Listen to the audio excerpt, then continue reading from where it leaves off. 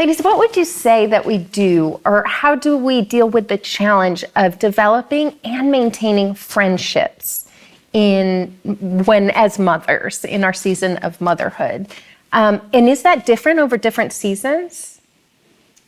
Yeah, I would say it's super important to have friendships. I've always been in some type of community-based where there are moms that are going through the same exact stage as I am, but also having friends that are ahead of me so that I can be like, you went through so-and-so, I need some advice, I need some wisdom here.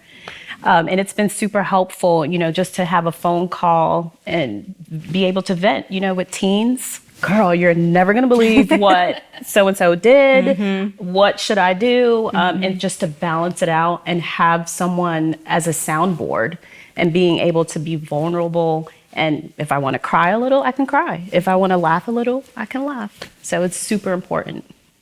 I love that. Yeah. So I was raised by a single mom. So I know firsthand how hard raising kids is by yourself. It's probably one of the hardest challenges in life. I would imagine, I watched my mom pull in a community, whether it was my aunts, my uncles. We had a big family, so she pulled in that family and pulled in friends. And I can imagine that is exactly what's needed for all of us, no matter where we find ourselves. But watching my mom do that, I learned, okay, I'm gonna need a community around me. I'm gonna need people, specifically when they're tiny.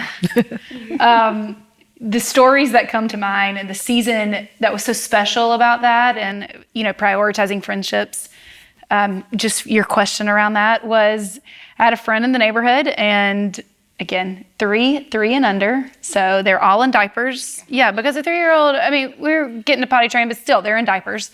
It would be like 10 in the morning. So that seems, like your day had just started. No, we had been up for 4 or 5 hours because your kids wake up so early. Yeah. The day starts so soon, so abruptly too. It's like they're awake and you're full speed. But I can remember we would just call or text, and it was so low key, low expectations. And it was one of those things of, hey, what you got in your pantry for lunch? What are y'all doing for lunch? Oh, you've got mac and cheese. You've got peanut butter. Okay, we're coming. We're coming out. Oh, don't clean up anything because they're just going to pull out all the toys anyway. But I would show up, everyone's still in pajamas, poop all over my shirt because that's where you are. Babies Again, poop. three and under, all in diapers. Yes.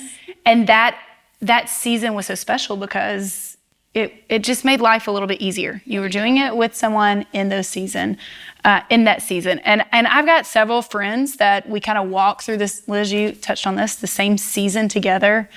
Our kids are still growing up together, and that community, you have to be intentional, you have to pull them in, and you need the help. Yeah. We all need the help.